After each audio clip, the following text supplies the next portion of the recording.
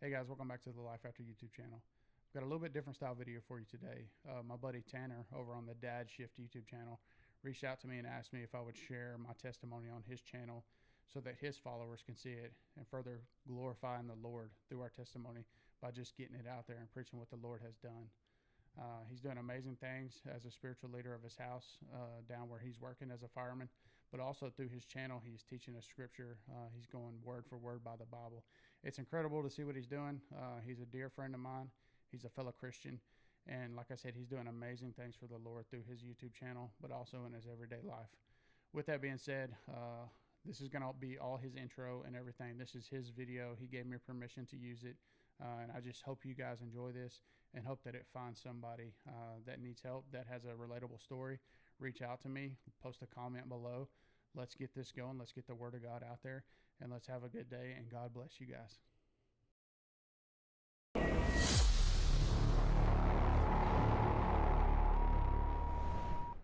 All right, guys, we're with Jordy Gaddis.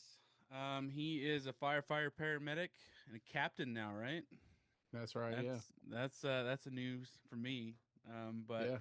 yeah, so Jordy's gonna share his podcast. But before you do, just tell us a little bit about yourself. Tell us what you do, who you are, a little bit about everything.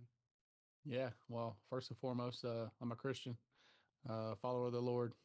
Got to boldly state that first. I'm married. My wife, Olivia. We're expecting our first kid in January. So um, life's going to change rapidly for me. The fire Absolutely. department shifts are probably going to be where I come to get some rest. So, Yep. but yeah, got two parents still here living close by. I've got a younger sibling and an older sibling. We live here in Marshall, Texas. Grew up around Houston. Kind of moved, worked my way up north just with the family, and then found my career home here at the Marshall Fire Department. I've already said that enough on these other episodes that I might as well just disclose it. Yeah. And I'm wearing all their stuff right now too. Right. So, but yeah, man, I'm a captain. August was a year as a captain, Yep. so just kind of slowly working my way up the ranks and just trying to implement the Lord's will in every aspect of life, man. It's hard in the fire service, as Yeah. I've come to find out with my testimony. But yeah, man, life's good. We've been blessed for sure. Yeah, that's awesome to hear. And how's everything going with Olivia? Oh man, it's good. She's 25 weeks now. So Yeah. I've heard about this nesting people have been talking. I had no clue what it, Yeah. until I get home today, and she's got everything in the baby room organized to a Yep. T in alphabetical order. And so it, I figured it out now, and Yeah. it's best if I steer clear of the nesting phase.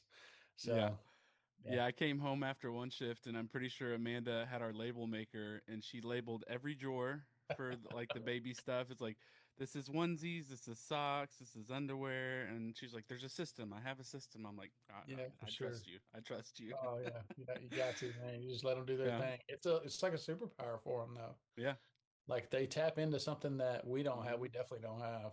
yeah, Just that maternal instinct kicks in, and it's a beautiful thing to see and watch her kind of yeah, grow through, getting prepared for our son. So yeah. it's a blessing. It's definitely hard on our side, I think, from the sense too. Like people always ask, like right now, they're like, what's it like with the news, and we don't have any physical changes happening to our body. Right. So it's just like this weird thing. Like there's obviously excitement, but it's like until that baby gets here and you get to hold it in your hands, like Yeah. that's when it hit me. Like when I had it with Harper the first time, like got to see her for the first time. We didn't know that she was gonna be a girl, so we didn't check genders. And so I Ah, okay, came okay. out. Amanda didn't know. And so I got that excitement. That was the one thing. I was like, you get to do all this other stuff. I was like, at least let me do that. So Yeah. No, I needed to know as soon as possible what gender we yeah. were. I cannot wait. I do not like surprises. So Yeah. yeah, it's Yeah. like I like So surprising people, but I don't like being surprised. So right. yeah, yeah, it was nice.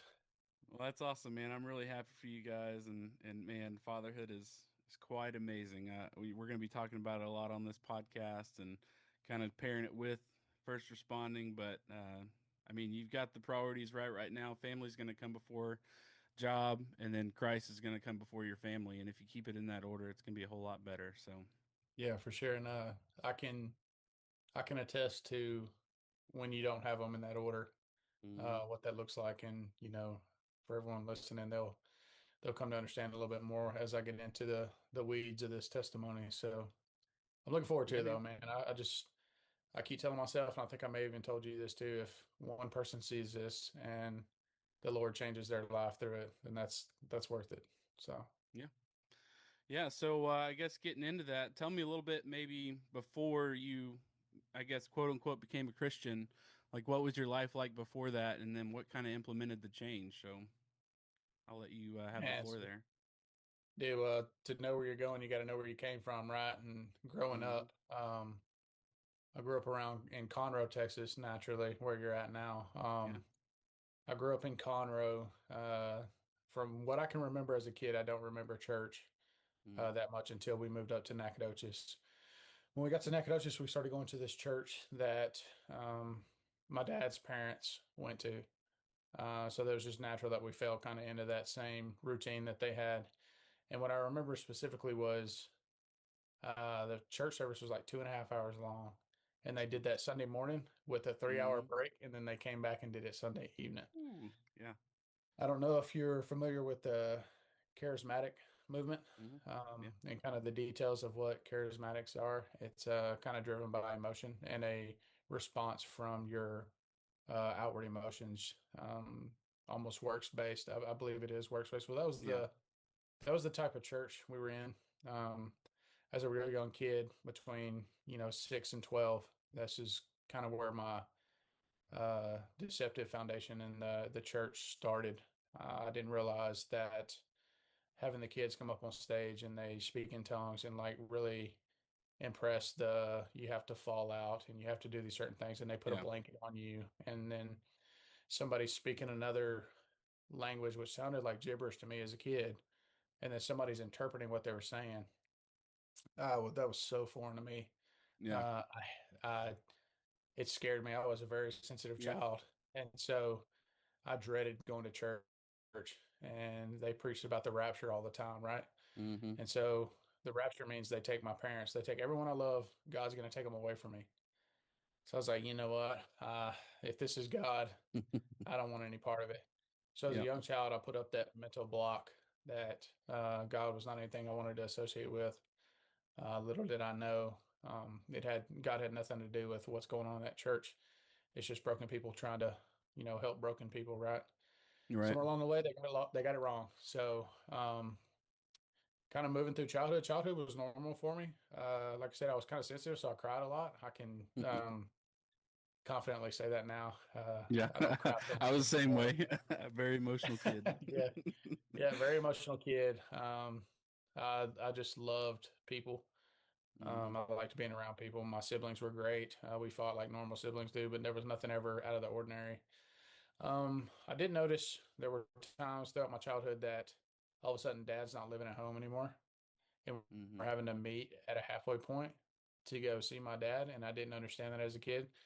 As a kid, you don't understand divorce and separation and all of those things, and it just like it was confusing. But I didn't think it provided like an identity in me Yeah. yet as a kid. But slowly but surely, those things were kind of taken. The devil was using as a foothold to just kind of keep me away from God. Um, Moved up to Nacogdoches around third grade, I believe. First grade, probably first grade. Uh, Moved into a new school. I had a cousin that went there. I knew of him relatively. Mm-hmm. We kind of clicked. He was a year older than me. Uh, he wasn't really walking with the Lord either.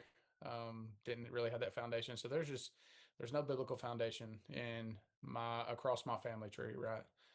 And so we were just kind of living life, just whatever the moment provided us. I just knew I wasn't going to go back to that church. Yeah. And so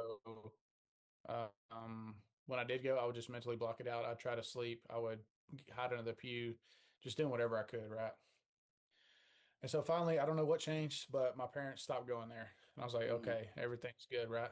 So we slowly moved up into that was a Baptist church Yeah. there in just around Nacogdoches, not too far from my hometown. And I get there, there's a lot of kids. I do remember that. None of those things that were happening in that charismatic church were going on in this one. So in a way, I felt safe. Yeah. Um, Yeah, man, it was nice. I found a girl in that church that I was like. I found she was very pretty, and so the devil used that to exploit Mm-hmm.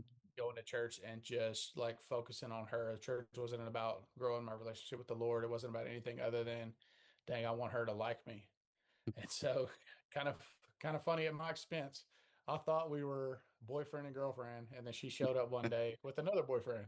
Ooh, And so, yep. again, I'm sensitive. I'm very sensitive. I Yep. care really deeply, and I shut off again. I was like, no, God's not here either. Like he's all this talk about church, he's not here. Mm-hmm. So I'm kind of moving up through uh, right before junior high, fourth, fifth grade.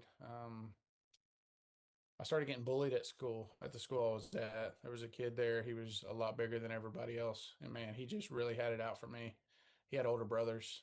He was cool with all the older kids. And like I said, me being sensitive, they just kind of singled me out for some reason. It got toxic to the point where my parents decided to move me to a private school, Mm-hmm. um, which they said was a Christian school, right? Well, this Christian school was the same church that was the charismatic church. Mm-hmm. And now they're having a school in there. So guess where I'm going to school? Right back Yeah. in this charismatic church, right? So what was meant to help me actually hurt me because I didn't know how to communicate these things to my parents, and my parents were just doing the best they could. I Right. don't find fault in them. For the information they had at the time, I don't find fault in them for that, man. It's just, Right.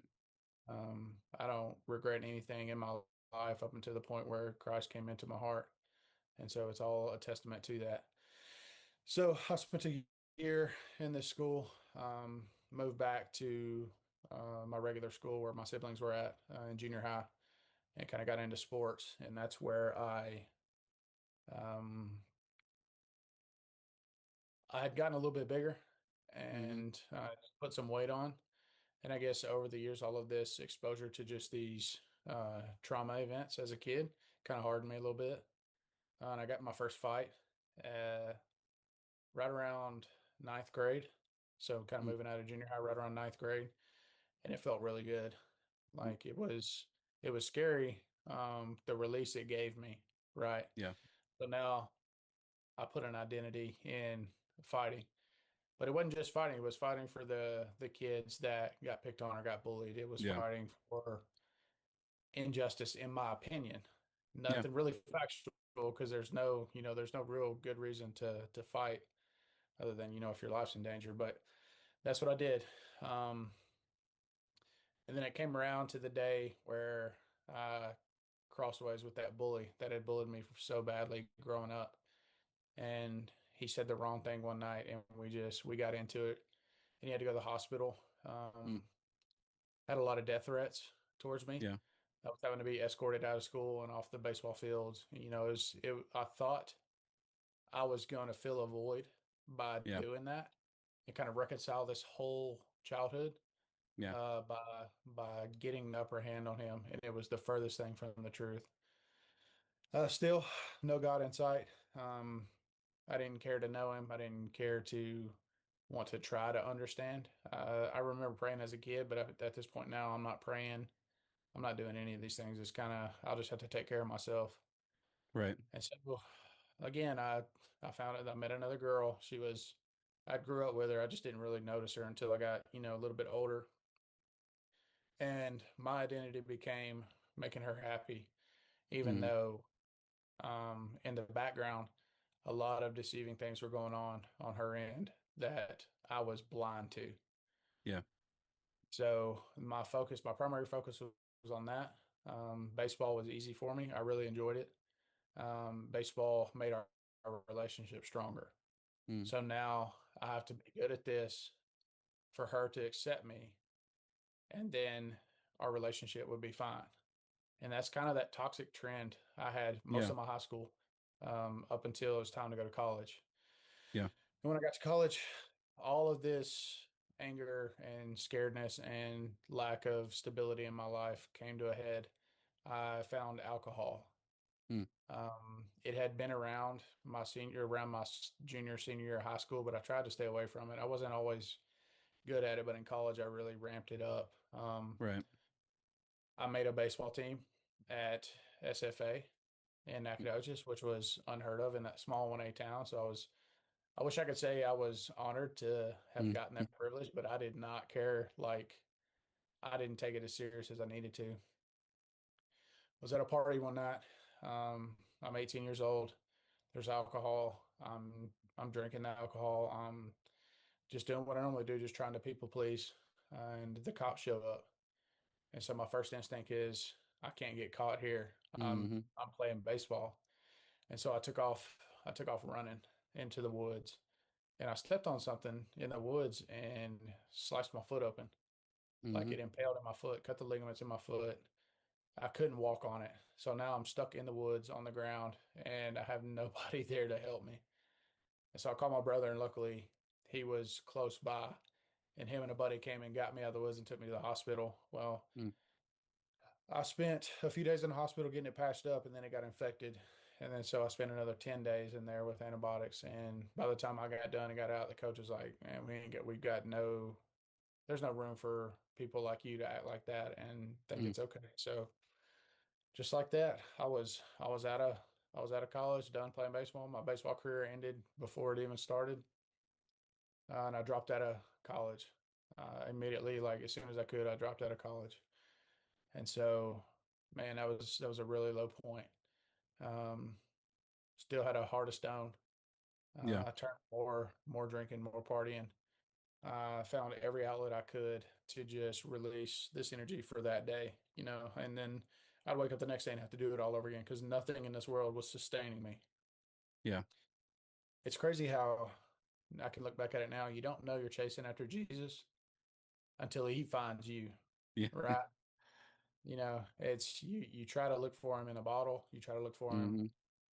online in a magazine, you know, whatever outlet, Yep. especially for men, you're searching for that eternal rest in worldly things, and Yeah. you know, Yeah. We're it's made to worship. It's just we get to decide what we're worshiping. And a lot of times we yeah, choose the negative stuff.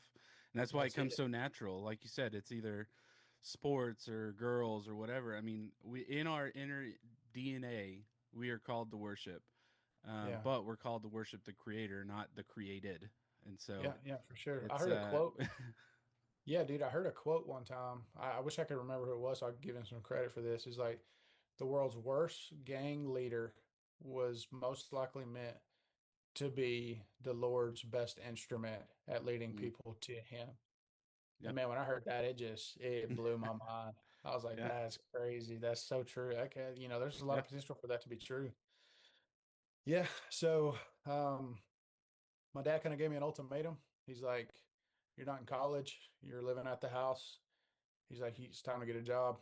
He's like, "You're Mm-hmm. gonna go the route you're going." He's like, "It's time to get a job." So I was like, "Well, I'll show him." And I left the house and went straight into the oil field. Yeah. Had a buddy with a connection, and we jumped in a work truck. I was the only one with a valid driver's license to be able to drive this work truck. So that was my Hmm. in, right? Yeah. Little did I know it was the worst in I could have ever Mm. chosen for myself. Yes. So we went to South Texas, started working, and man, the fast money and the fast living, it was just repeating that same story from college, from high school, all of that. I Mm-hmm. was just chasing things, trying to satisfy my flesh when it was my spirit that was, you know, malnourished, right? Yeah. And so, man, one thing led to another. I came back home. Um, I can't remember how this took place. I wasn't 21 yet. We were at a party in a pasture one night. I got into an altercation with the guy because I was under the influence. So was he. Just two egos clashing with each other. Mm-hmm. Um, my buddies and I go to eat at a restaurant in Nacogdoches. It's like midnight, right? Excuse me. This guy shows up, and I'm mad. Like I'm even more drunk now. I'm upset, and I want to fight this guy. And so I go up to him in the restaurant and start an altercation with him in the restaurant, and we get into a knockdown drag out in the middle of the restaurant in front of everybody, and the cops get called. And so my buddy's like, "Hey, the cops are coming. We got to go." So we get in the truck and we make it a block down the road, and the cops pull us over. Mm-hmm. And my nose is broke, bleeding all over the place. And the cop was, she walks up, and this is burned into my brain, right? She says, "Who has been?" Oh, wait, I know exactly who's been fined. She's like, "Sir, get out of the truck." Yeah. And so I get arrested. And if my life, didn't suck bad enough already, here I am now in a cold jail cell with complete strangers, and I don't feel like I belong here. It's Mm-hmm. almost like I feel like I'm better than they are, and I shouldn't Yeah. be in that position. But I put myself there. Each action that I had up until this point, not just that night, had put me behind this jail cell where I couldn't get out. Right. And so I would think that would be the turning point for me. It wasn't. It just I sunk my hooks in, and I kept rebelling, kind of just working odds and ends in the oil field, just bouncing from city to city, just doing what I could. And I was finally getting tired. It was wearing me down. Right, I'm Yeah. 23 at this time. I decided to come back home, and a bunch of wildfires had broken out around our hometown area. And they're like, "We need all the volunteers we can get." So I was like, "Okay." So my buddy's like, "Hey, let's just go try it." Mm-hmm. I was like, "All right." So we go and spray some water, and we have a lot of fun. We didn't have to clean anything up, which I didn't know was a thing. I do Yeah. now. Fires Yeah. are not fun now because of the cleanup. But I was like, "Man, that's really cool." He's like, "Well, I want to go to the fire academy."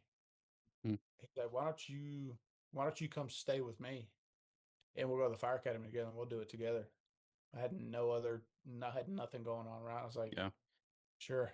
So in 2012, I went through the fire academy. I had no money. I spent all my money. I had nowhere to live. I had no vehicle.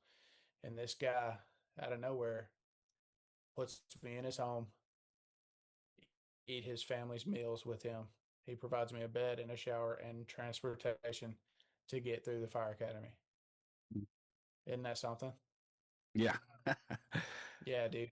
And looking back at it now, I still talk to him every so often. I just reach out to him, and man, because he didn't go be a fireman. He went Yeah. back to his cattle business Really? that his dad had, Now, is making. this might be a little personal, but is that guy a Christian?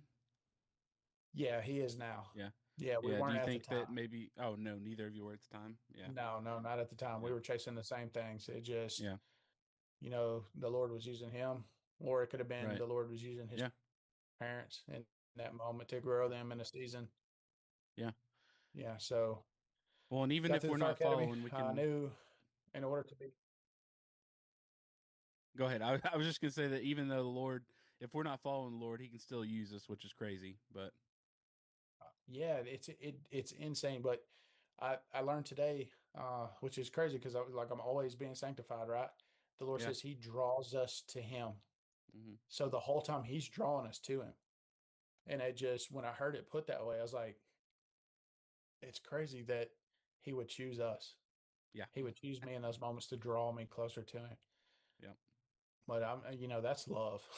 Yeah. That's the ultimate form of love, right? So I get through the fire academy. Um, it's time I know to be horrible, you got to go through EMT. Hmm. So I quit the oil field. I get a part-time job hooking up people's internet for a living and put myself through night school in EMT. So now I'm forming a plant, right? Right.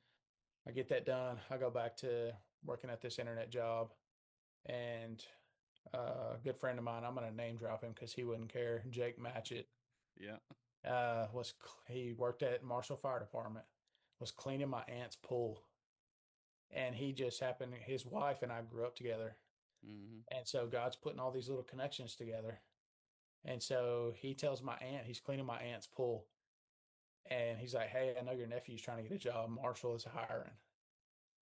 And so in 2015, I go put my application in, go through their horrible physical agility test and their written exam. I threw up so much after that physical agility test. And then they call me a week later and like, "Hey, we got a conditional job offer for you." I was like, "Holy smokes, these guys are Yeah. nuts for trying to hire me." I was like, "If they'll take me, I'm not going to turn it down, though." I had no idea Yeah. what I was getting into. Yeah, so I started at Marshall. They put me through paramedic school.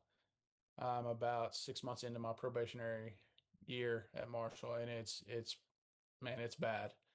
The hazing. I mean, you know what Yeah. I'm talking about, right? And even though I'm of rank now, it's burned into my brain the hazing we had to go through. Yep. Um, I meet a girl uh, and we hit it off real quickly. Not a Christian at this point. She's not either. She's got a 17-month-old son, and I wanted to hang out with her. She's like, I don't have anybody to babysit. Like this is just here he is. Like this is us. If you want to hang out, he's gonna be in the back seat, right? And so we go riding back roads, and he's in the truck, and I won't look at him. Like I'm scared to death to even look at a child. Um, we hit it off. We started dating slowly but surely. I become very attached to this kid. Yeah, I meet this girl 6 months into my probationary year. She's got a 17-month-old. I'm scared to death to look at him. She can only hang out with him there because she has no support. His dad wasn't in the picture. Just kind of all the things. So I just jumped in because I guess that's my trend too. I just jump into these worldly situations with no backbone, no structure, no know how, no steps to take. Right. So we started living together. I grow attached to this little man like really fast. Like he's looking out the window, blowing me kisses when I go to work. He's super excited when I come back. He knows no different, right? And honestly, my heart doesn't either. Yeah. And so, man, everything was going great. Work was good. I got my paramedic. I was making the moves and making the steps, and it seems like the devil was kind of leaving me alone at this point. I didn't know it was the devil at the time, but we move into 2019. Um, I'm working a part-time job because life hits you real fast, and sometimes a fireman's salary is not quite enough. So I pick up a part-time job at private EMS just down the road at the state line, and we get a call for a 5-year-old having a seizure. Nobody's at the station with me. I'm by myself, so usually somebody will just show up and drive the ambulance, right? So you're literally out in the county with nobody there. And we show up, and for some reason I knew on the way. I told the guys like, "Hey, if this is bad, like I'm just gonna get him, and we're just gonna get in the truck, and I'm gonna get you to start driving." Well, I just thought a seizure bad, not what I was about to walk in. And so I'm walking up to the porch, and there's this man outside, and he's walking around just kind of picking stuff up, and it's 2 o'clock in the morning. Um, he's acting strange for 2 a.m., right? I go inside, and the mom is standing kind of at the door, crying a little bit, but not really upset. And I was like, "Where is he at?" And so she points to a bedroom, and I walk in, and this innocent little boy he's on top of his covers, fully clothed. He's got a tank top on and covered in bruises, and his right eye swollen shut. And what they said was a seizure was actually what we call posturing from a traumatic brain injury. Yeah. And so there's enough damage to the spinal cord up around the brain stem that if enough damage occurs, your hands will naturally go a certain direction to indicate that something severe has happened. So I knew right away this wasn't a seizure. I had gotten into something that I had never dreamed of experiencing. So I get him in the back, and mom's trying to get in, and I just shut the door and I lock all the doors. I'm just doing what I can to protect this innocent child. I start taking his clothes off, and there's belt marks up and down his back, across his chest.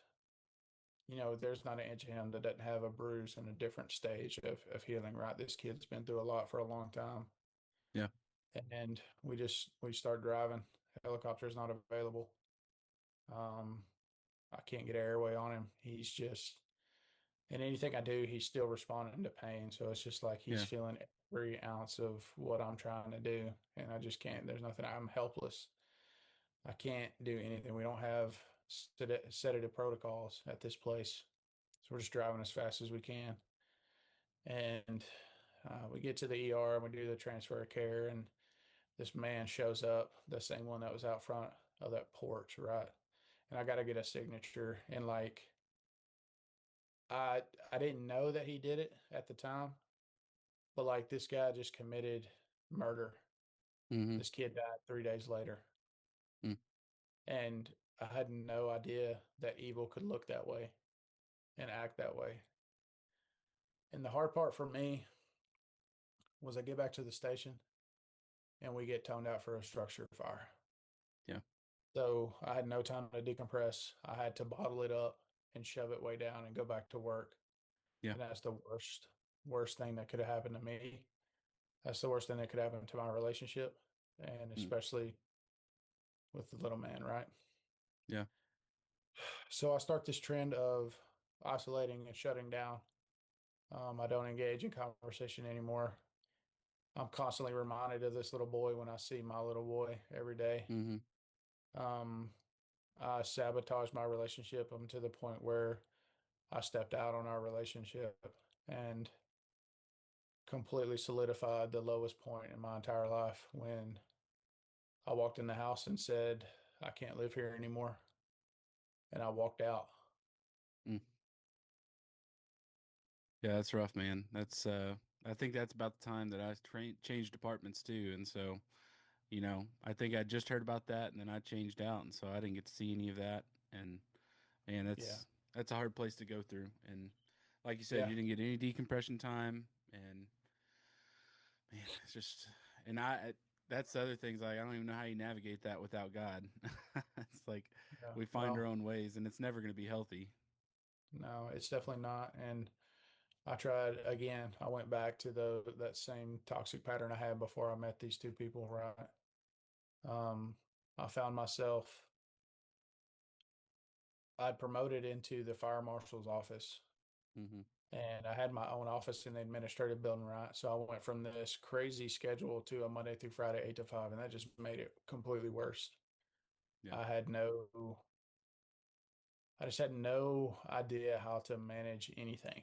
I'd never been taught. It's not an excuse, Yeah. but I'd never been taught. And the things I did do got me through day to day, but they didn't satisfy my eternal soul. Yeah. And so I was without a house. I was without a fiance. I was without my not blood son, Mm-hmm. and I was sleeping on the floor of my office. I was telling everybody I was working late, so they would go home, and I would sleep on the floor, and I would get up before they got there to let them, so they didn't know that Right. I'd slept on the floor. And we had a holiday party one time on the square, and all the big bosses invited me. And I was like, all right, here we go again, another night. And I drowned myself to the point where I was up against the dumpster outside, Mm. throwing up on myself, trying to just survive. And I just thought to pray. Mm. I was at the lowest point I'd ruined everything I ever had, and I got nothing left. Yeah. Talking about him drawing us to him, it finally got through. And so I just prayed to him. I was like, I got nothing for you. So I got nothing left. I got nothing to give, but I need you. And it wasn't an aha moment. I kept praying little by little. I was still kind of Right. having these toxic patterns, but slowly but surely, the Lord was putting things in place in front of Mm-hmm. me. And a studio apartment came open, and I jumped on it, right? Because I didn't want to sleep on this Right. floor anymore. It had no AC, no heat. It barely had a microwave, but it had a spot for a bed and a TV. And so I took it. I was like, oh, I'll figure the rest out. What I didn't realize is when my little man would come over, the lady next door recognized him. She knew him from somewhere. And so she stopped me and she said, I know this kid. Like, how do I know him? And that started a conversation. And she was a Christian woman. Wow. And one thing led to another. And she's like, I go to a Bible study right next door or a block away on Wednesdays. She's like, why don't you come? I was like, yeah, sure, I'll come. A pretty lady invites you to church or invites you to Bible study. You don't say no. Well, the day came and she's outside and she's like, I'm here. And I told her, I was like, I'm not going. I was like, I don't want to go. I don't care to go. It's just going to remind me of the churches I grew up in. Well, she honked on the horn and just stayed. Like, she would not give me a choice, right? Yeah. And so I swallowed my pride and got in the truck, and we went to Bible study. And I get there, and it's at this guy's house. He's married with 3 kids. Everybody seems real relaxed. They introduce themselves, but they don't pressure me. They don't overrun me with words, and they just kind of let me be. And the next thing I know, I'm wanting to go back. Mm-hmm. So the next Wednesday rolls around, and my lady friend is gone. She moved back to Dallas. Yo, just out of nowhere. Yeah, so that's where was living for a while. She came back to her hometown for a little bit, Yeah. and tell me that's not divine that Right. Yeah. this studio apartment came open the time she was there to get me in the door of a Bible study of faithful Christians living out their faith. And now I'm wanting to go back. Yeah. And she's gone, right? She's unpacked up. Yeah. And so I get to the point in this Bible study where I ask them, where do you find a good church? Like, how do you find church? And one of the ladies stepped up and she said, we all go to Mobberly, show up at 11 a.m. on Sunday, and we'll figure the rest out. That's And awesome. dude, when I got there, uh, the Holy Spirit came over me. It hit me like a ton of bricks. I used Mm-hmm. to remember altar calls back in the day when I was a kid. I was like, nah, that's not for me. I'm not listening to none of that. Dude, I could not get away from this altar call. Yeah. He with the Lord, I've got chills right now talking about it. I Yeah. could not get away, right? So I go, they let you go to the back and talk to one of the deacons. Mm-hmm. And that's the best thing they could have done. Like that, if it would have required me to go to the front, I'm out. But it just so happened Marley style is they would send you to the back. Yeah. The deacon I met named Eddie Knaps took me under his wing and shared the gospel with me, the true gospel, and I gave my life to Christ May 22nd, 2022. That's Yeah, awesome, man. it is, and he didn't just stop there. And I really want to drive this point home too. We're called to make disciples. Right. You don't disciple someone for one day as they come to salvation and then you just let Mm-hmm. them do whatever they want. He not demanded, but and from a man to man, he's like, this is what we're going to need to do to keep growing. Yeah. And so I met with him once a week for an entire year, and he discipled me and showed me what it was like to share the gospel, number one, Mm. but Yeah. also to make it your identity. Mm-hmm. Let Christ be your identity, not the alcohol, not the girls, not the broken churches, not the fear. Let Christ be the identity, right? Right. And then he challenged me to share the gospel in another country, Mm. not just any country, of all places, Africa. Yeah.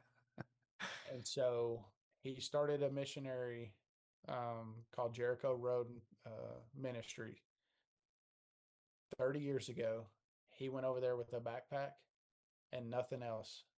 Mm. And he found 59 faithful Zambians to help him establish. And it's purely sharing the gospel and creating disciples. Absolutely. And so I got to experience that with him. So my life wasn't great. It was still really hard. Shortly after I came to salvation, I was working a double. I was working a 48-hour shift, and there was just this agonizing pain in my calf muscle, right? And so naturally, I work out all the time. My legs are sore all the time. So I was like, I'm just going to massage it out. It's fine. Mm-hmm. What I didn't realize was I had a blood clot in my leg. Mm-hmm. Seems like it was from COVID, I believe. That's the only thing that after going to hematologist for 6 months, well, I broke a piece of that loose and it went through my heart and into my lungs and created a pulmonary embolism. Mm-hmm. And the death rate of a pulmonary embolism is really high. Yeah. I wanted to go fishing instead though, because I couldn't deal with, I had to get my priorities right. And so I'm in Academy parking lot and I almost pass out just getting out Mm. of the truck. So I got myself checked into the hospital and sure enough, I had a pulmonary embolism in my lung. And I went from trying to go fishing to borderline being put in the ICU. Yeah. And so, just because you come to faith in Jesus, there's a lot of prosperity preaching out there right now. It's the Yeah. furthest thing from prosperity, man. We are called to Yeah. suffer, and my suffering didn't stop because I knew the Lord. Right. My salvation and my eternity is secure because I knew the Lord. Yeah. Well, I think it's an important aspect, like the guy that walked you through that. Like, if we don't have someone to walk us through that faith, as soon as those struggles hit, we're like, man, God's gone. Like, what happened? But when you get to live in step with someone who's living the faith and going through those together, you get to see that. So it's really a huge testament. That's, I mean, so often we see, especially with the church, it's um, I'll say the American church anyways. Like, obviously it's a blessing, but it's a uh, big focus on conversion, but then there's no follow up to that. Yeah, Um, and like you said, the discipleship aspect of that's missing. And I think we're getting a calling to that a lot more now. You see it more and more day to day. And our yeah, church is definitely pushing towards that. But man, what a blessing to have someone step in like that so that when the trials come, you know what it looks like to walk through that. yeah, for sure. Yeah, it's I hold on to that because the next guy that comes through and receives Christ as his Savior, like I want to be um that friend and that loving, caring, nurturing Christian that God's called us to be for them, Mm-hmm. so that they don't fall to the wayside. Yeah, Yeah. absolutely. So, man, I get through that. Had a couple weeks on bed rest, nothing crazy. Luckily, the blood thinners and they got to it quickly. So, Yeah. a little bit of downtime was good for me. Um, man, I had reconciled my relationship with the little man. Mm-hmm. It's not what it used to be, and we struggle every single time we get to see each other. I still see him now. I'm very active in his life, and this is Yeah. going on 5 years later. Like I said, if there's a way the Lord can use me in his life, that's what I want. If Yeah. it's taking me out of his life, that's what I want, if that's what the Lord needs. Yeah. But I don't want that. Yeah. It's uh, my love Well, for that that's a kid. hard place to come to when you can come to God with an open hand and say, "Hey, what you want, that's what I want." And that's Wow. so Yeah. often we fight that. We come with a closed hand and we're like, "Hey, you can have this." I mean, but I'll tell you what you can have of it. But Yeah. then Yeah. coming with an open hand saying, "Hey, this is yours." Man, it's a whole different aspect, and that's something that I've had to do, like with my kids now, and with your kids. It's hard because that's kind of the first thing I feel like. I mean, as a parent, like your instinct is just to hold on and protect. But Yeah. the more we realize as Christians, like we don't have any power over that, anyways. And so Right. many For sure. parents try to protect, and I'm not saying don't lead your kids. Obviously, you want to lead your kids, but you've got to do it with an open hand and say, this is God's kid. I'm just entrusted with it for now, Yeah. and it changes everything, man. It's a whole different ball game. Yeah. Yeah. It definitely does. Yeah. So, just letting the Lord lead that situation. Like you said, just showing up with an open hand, like where do you need me? Where Yeah. can I serve you best? What's going to glorify you? That slowly became how I approached every situation. Hmm. I hit my first roadblock when I got to Walmart one day. Again, I was going fishing, right? I love fishing. About a year into my walk with the Lord, and I'm sorry, let me back up.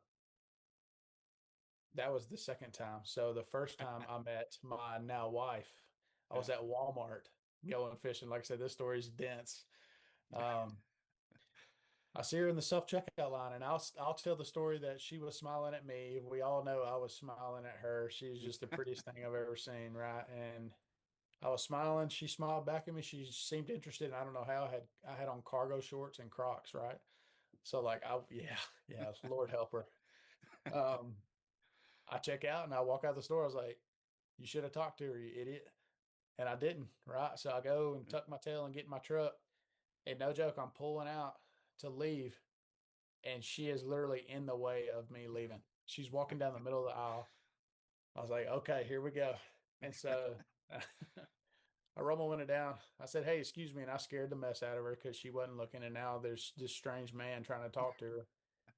I said, you are so pretty. I was like, would it be okay if I got your number? And she goes, no, I'm 22.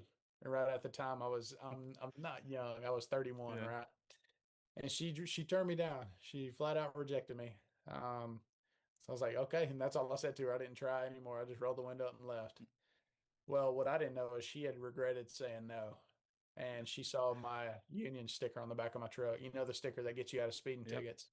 Yep. She saw that and started asking her mom, who is the head of the Chamber of Commerce in town, who drives this certain truck with this sticker on the back.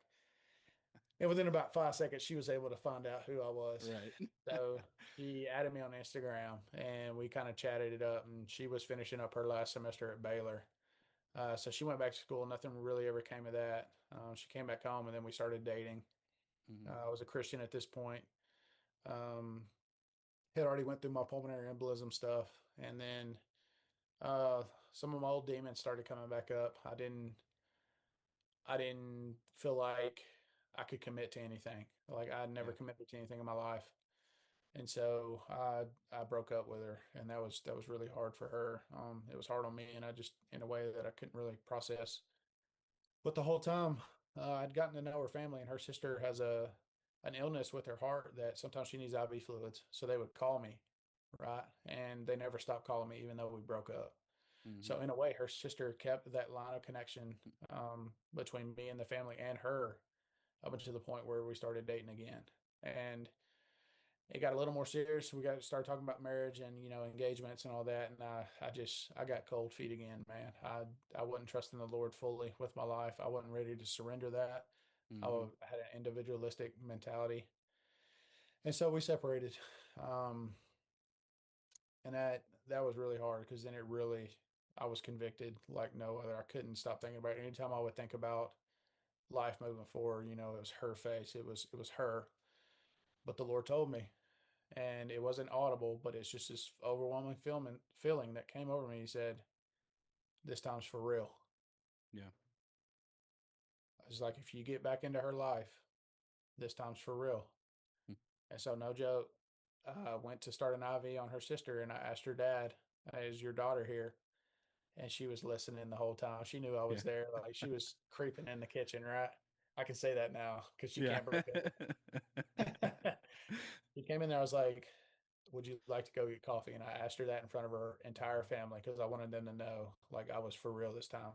Mhm. And we went and got coffee, and she didn't even realize that I was about to go pick it, like buy her engagement ring, Mm. like within the first few weeks of us dating again. And so I bought it in June.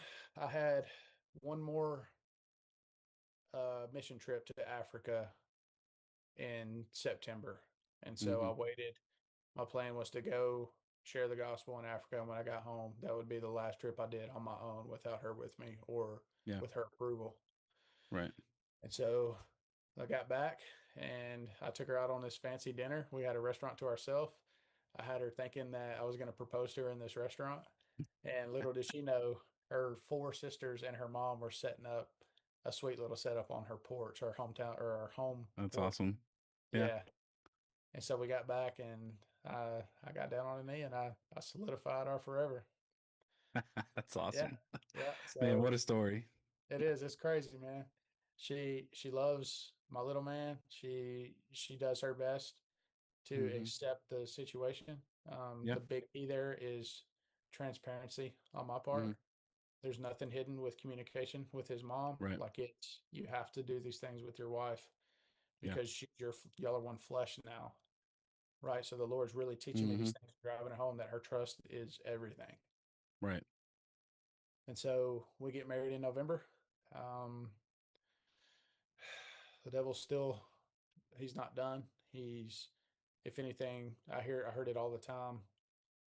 He just gets started when you get married, right? The fight Mhm. starts when you get married, and we've had a couple issues with pregnancy, Yeah. and they were really hard on us.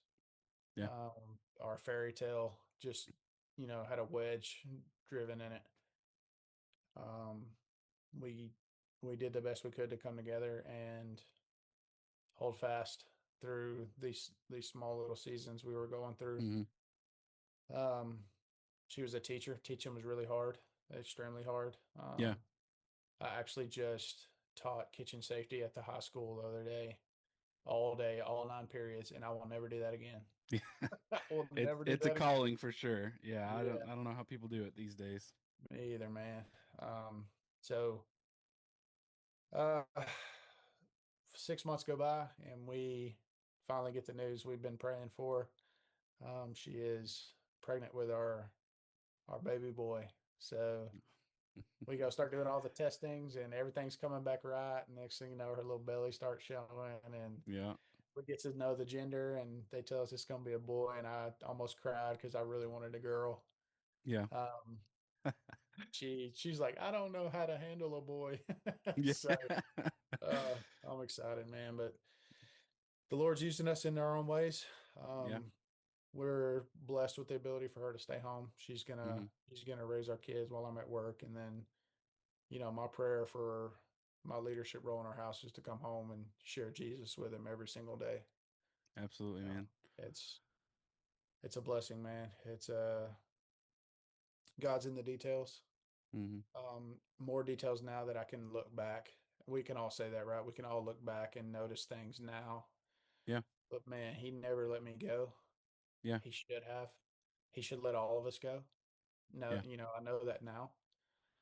But for him to choose me, to use me to glorify his will in our lives, it's indescribable. Yeah. And it's it's a big thing.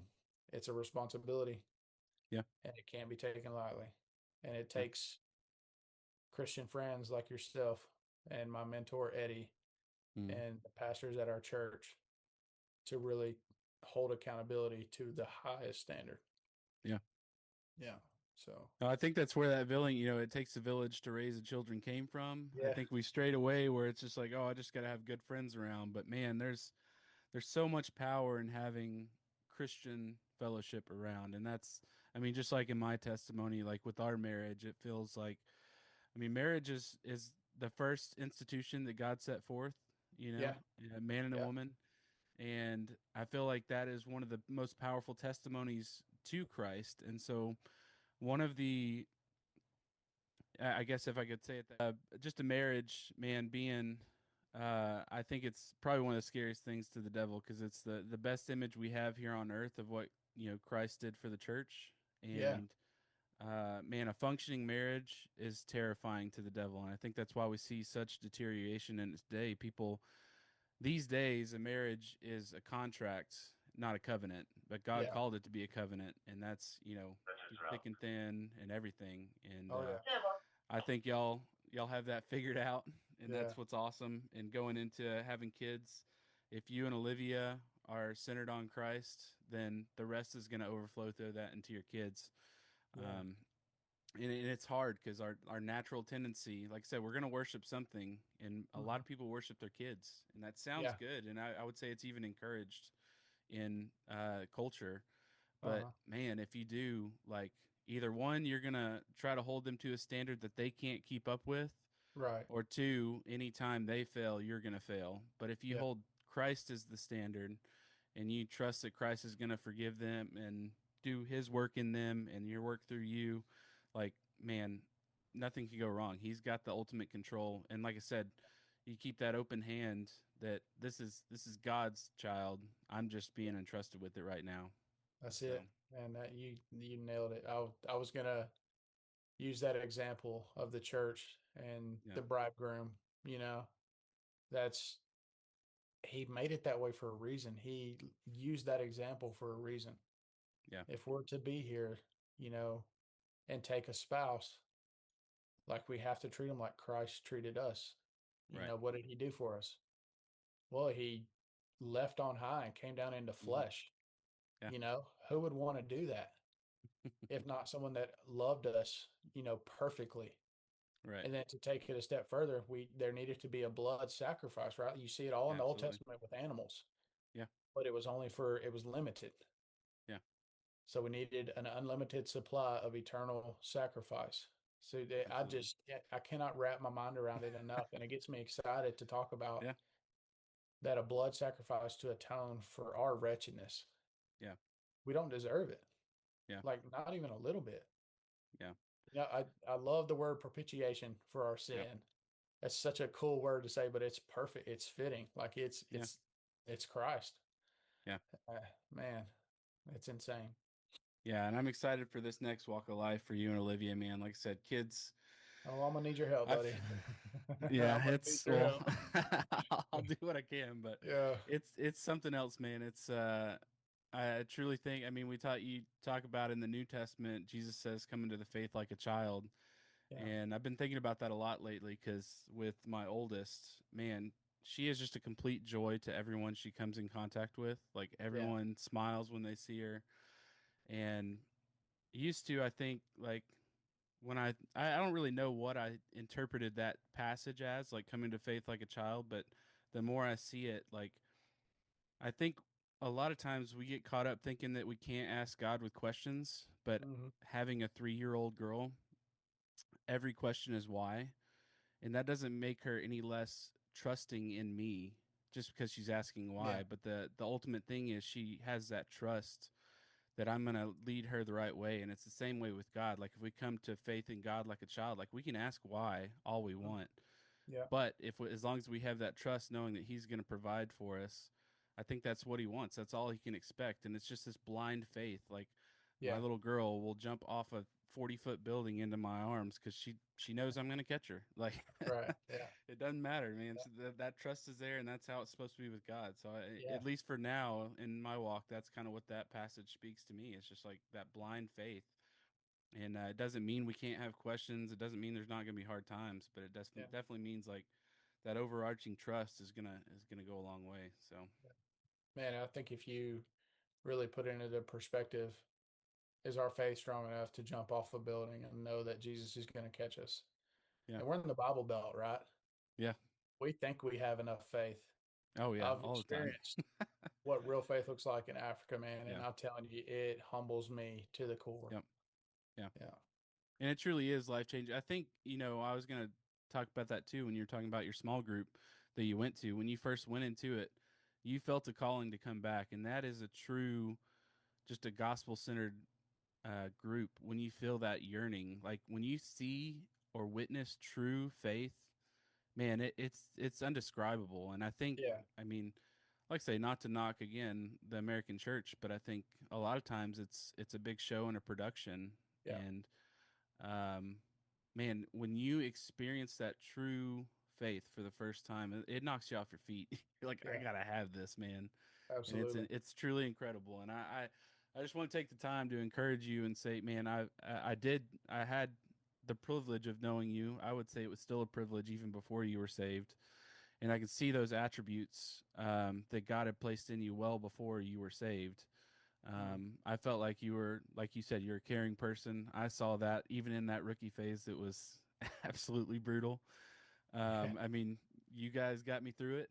yeah, Um, but to see that transformation has been truly incredible. It's been inspiring to me because I think I put my faith on the back burner for a long time, and I'll admit, seeing you get on fire has really lit a fire in me. And wow, man, I'm encouraged by you. I'm encouraged by you and Olivia's marriage, and I'm really excited to see how you raise some beautiful kids, man. It's gonna man. be exciting. So Wow, I appreciate those kind words, man.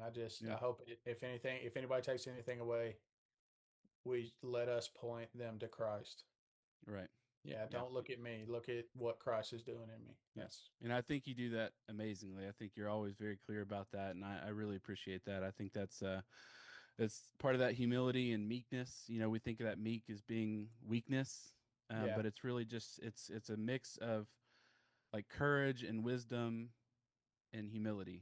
yeah, I think that'd yeah, be the best way to put it. And I see that in you, and man, it's amazing to watch. And, yeah, man. I know you got a long night ahead of you. I'll let you if you got anything else you want to say. I'll give you the floor. Other than that, I'll end us with a prayer. yeah, man. I just again appreciate you letting me get on here and share my story, share the struggles, the hard struggles, the ones you don't want to talk about. Right. So I'm always appreciative to testimony's kind of been my ministry. Yeah. It seems like you kind of kind of feeling the same way. And Yeah. for you to ask me to come on here, that's awesome, man. Yeah, man. Thank you for the transparency with our conversations. Yeah. Yeah. And I'll have you on here a lot more. We got a lot to talk about. So That's right. sweet, man. Well, I'll end us in a prayer. Dear God, we just want to come to you now. We're humbled by the amazing God that you are. I just want to thank you for Jordy. I want to thank you for putting him in my life as a brother, and just thank you for the encouragement that I receive from him. I ask that both me and him just be a testimony to who you are. Let the spotlight never be on us, but only on you, God.